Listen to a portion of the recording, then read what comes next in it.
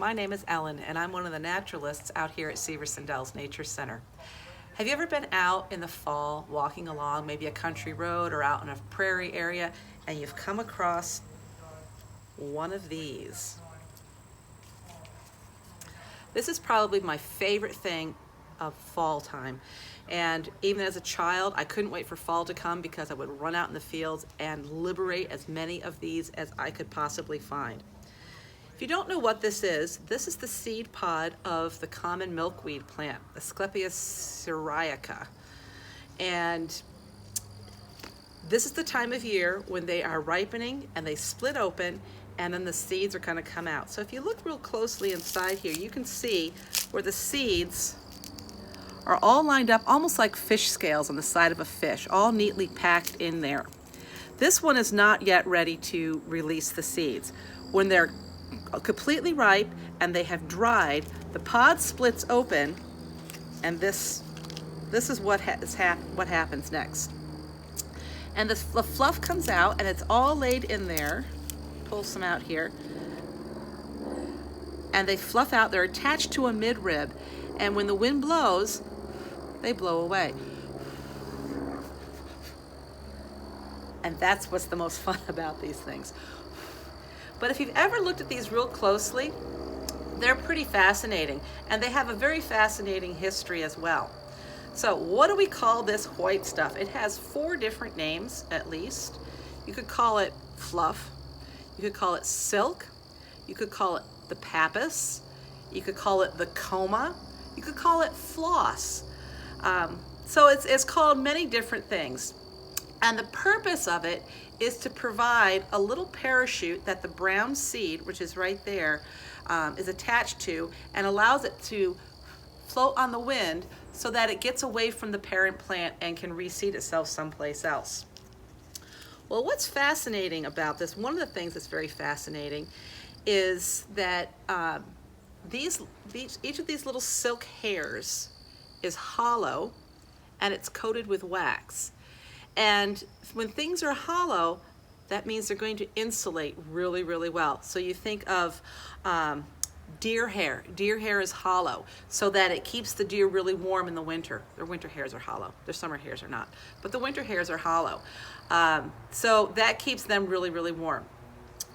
So because these are hollow, we learned that they were really good to insulate clothing for us. During World War II, flight suits were made for aviators from the silk of the milkweed plant, which served a second purpose as well. Because they're hollow, they're also buoyant. They're 5 to 6 times as buoyant as cork is. Some of you who maybe were children during World War II, you may have memories of going out and collecting milkweed pods. This was something that was done to get fibers, the fluff here, to use to put inside life preservers for sailors as well as aviators. And they would go out and collect them, and 2 bags worth, so we're talking big burlap bags worth, 2 bags worth would fill 1 life preserver. That's pretty awesome. 1 pound of fluff was 2 bags. And 1 pound was enough to keep 150 pound person afloat in the water for 40 or more hours. That is pretty impressive.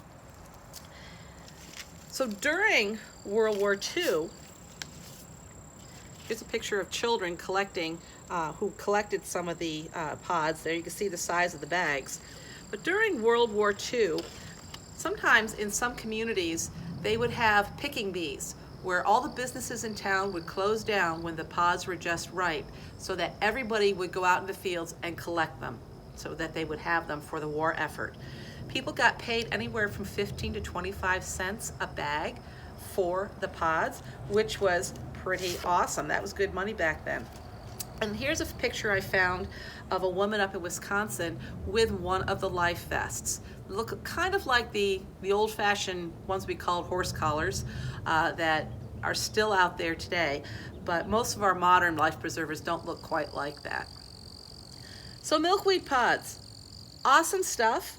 There were even cartoon, comic strip type literature that was out there to encourage kids to go out and collect. But it's kind of nice to know this history so that when we have plants like milkweed that we think, oh, it's just a weed, or hey, as I would say, just a fun toy, we learn a little bit about the history and know that these plants were actually very important. Join us another time for more information on our native plants and things that we will do with them.